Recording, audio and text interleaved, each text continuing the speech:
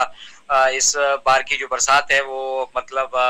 हमारे छतों से भी जो है इस बार पानी चूने वाला है। ठीक है, तो तैयार रहिए आप सभी भी। बहुत शानदार ये समय इस टाइम गुजर रहा है। इस वक्त जो लोग समझ रहे हैं बेसिकली कि ऑन पैसिव अपने किस पड़ाव पर है, हम और आप जो लगातार एक्टिवली इन्वॉल्व हैं वो जानते हैं कि हम अब किस पड़ाव पर हैं और किस तरफ हम जा रहे हैं।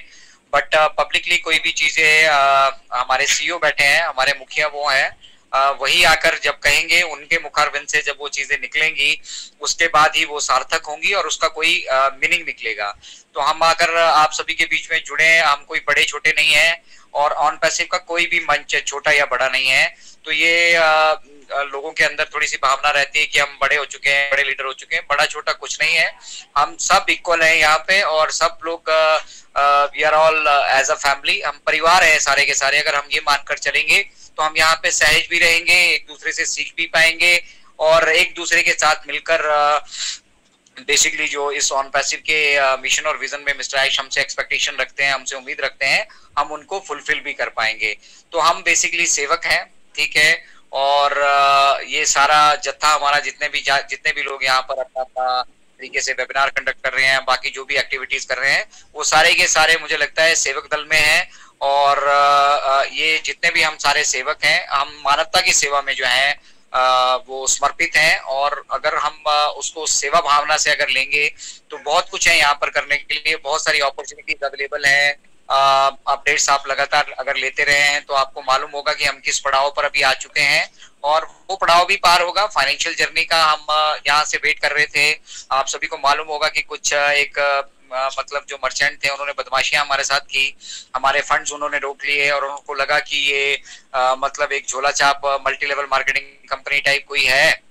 और इनके फंड्स हम यहाँ पे रोक लेंगे और बाद में उन फंड्स को हम हड़प कर लेंगे। तो यही तो आज तक होता आया था। कोई अगर रियल में मल्टी लेवल मार्केटिंग की फील्ड में भी कोई रियल में बिजनेस करना चाहता है तो यहाँ पर जो बागड़ बिल्ले बैठे हैं, ये जो बड़े बड़े मतलब बादशाह बिजनेस ने कायम अपनी कर ली है, तो ये किसी को यहाँ पर सेटल नहीं होने देंगे, मतलब ये किसी को यहाँ पे विकसित नहीं होने देंगे। यही प्रयास यहाँ पर उन्होंने ऑन पैसिव के साथ भी किया और रिजल्ट आप सभी के सामने है कि उनको कोर्ट में जो घसीट के हमने जो लीगल कार्यवाही करनी थी वो तो करी है, लेकिन अब आप ये सोच लीजिए कि ऑन पैसिव के दरवाजे उन सभी के लिए हमेशा हमेशा के लिए बंद हो जाएंगे। ठीक है, एक अपॉर्चुनिटी जो उनको मिली थी, जो जीवन भर मतलब एक सोने की मुर्गी जो उन्हें मिली थी, वो उसको मारने के चक्कर में थे और अब वो जो सोने के अंडे दे रही थी, जो दिए भी, वो अब उनको नसीब नहीं होने वाले हैं। ठीक है, तो इसी तरह से ऑन पैसिव को जो समझ पा रहा है बहुत अच्छी बात है, जो नहीं समझ पा रहा है उसका भी बिल्कुल स्वागत है यहाँ पर, उसको समझाने के लिए हम लोग बैठे हैं। बट जो फाउंडिंग मेंबर समझ के भी अनजान बनने की कोशिश कर रहे हैं या फिर स्मार्ट बनने की कोशिश कर रहे हैं या यहाँ पे नेगेटिविटी फैलाने की कोशिश कर रहे हैं, कोई ग्रुपिज्म करने की कोशिश कर रहे हैं, गुट बना के अपने काम कर रहे हैं, यहाँ नहीं जाना, वहां नहीं जाना, ये नहीं करना, वो नहीं करना, इसको नहीं बुलाना, इसके साथ नहीं बैठना, तो उन लोगों को हमने स्पॉट आउट करना है। ठीक है ना, उन लोगों को ढूंढ के अपनी कम्युनिटी से अलग कर दो, क्योंकि एक मछली जो है ना पूरे तालाब को गंदा करती है, वो पूरी कम्युनिटी को गंदा करने की कोशिश कर रहे हैं। और मिस्टर ऐश चाहते हैं कि हमारी एक ऐसी स्ट्रॉन्ग कम्युनिटी हो जहाँ पे मतलब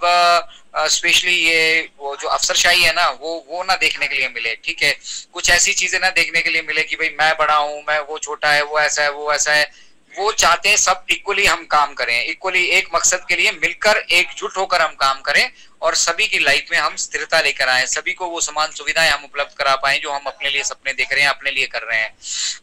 पहले हम अपने सपने फुलफिल कर लें, फिर उसके बाद यहाँ पर आके कंट्रीब्यूट करके हम औरों के दूसरों के लिए मतलब मानवता की भलाई के लिए यहाँ पर कंट्रीब्यूट कर पाए। तो बहुत शानदार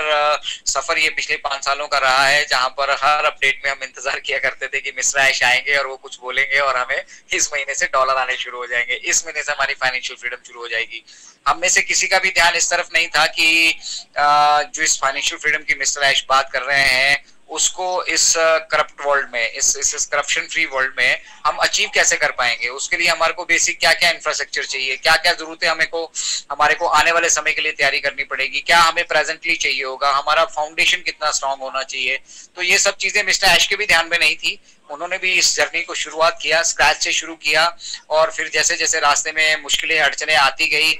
उन्होंने अपने मिशन विजन को बेटर किया और उसमें जितना वो हार्डवर्क पुट इन कर सकते थे वो सारा का सारा हार्डवर्क उन्होंने उसमें डाला और प्रोफेशनल्स की टीम के साथ आज आप देख लीजिए कि हम बुर्ज खलीफा के टॉप फ्लोर पे बैठे हैं, 131st और 151st फ्लोर पे हम, हमारा अपना अपना ऑफिस है, हमने किराए पे नहीं लिया है, ठीक है। और ऑन पैसिव का जो मेट्रो स्टेशन है, अगर आप देख रहे होंगे, वो अगले 10 साल के, उसके नेमिंग राइट 10 साल के ही मिलते हैं, तो 10 के 10 साल के हम ले चुके हैं। उसके पीछे कुछ ना कुछ काम तो हुआ होगा, कुछ ना कुछ जब नेमिंग राइट्स हमें दुबई पे वो मिले हैं, तो कुछ ना कुछ तो देखा होगा दुबई गवर्नमेंट ने भी, ठीक है। तो इसी के साथ धीरे धीरे हम बैकएंड पे अपनी मार्केटिंग भी कर रहे थे, और मार्केटिंग के साथ साथ बेसिकली हम ये कोशिश कर रहे थे कि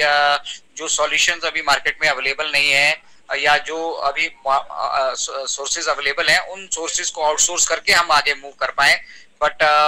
फाइनेंशियल सेक्टर में, पैसों की जगत में, पैसा देखते ही है ना, जो लोगों के मन में थोड़ी सी वो बेईमानी घर करना शुरू कर देती है, फिर उन्हें वो लगना शुरू हो जाता है कि वो उनका अपना है। एक कहानी हमारे साथ नंद बाबा ने शेयर की थी कि दानवीर कर्ण को दानवीर कर्ण क्यों कहा जाता था।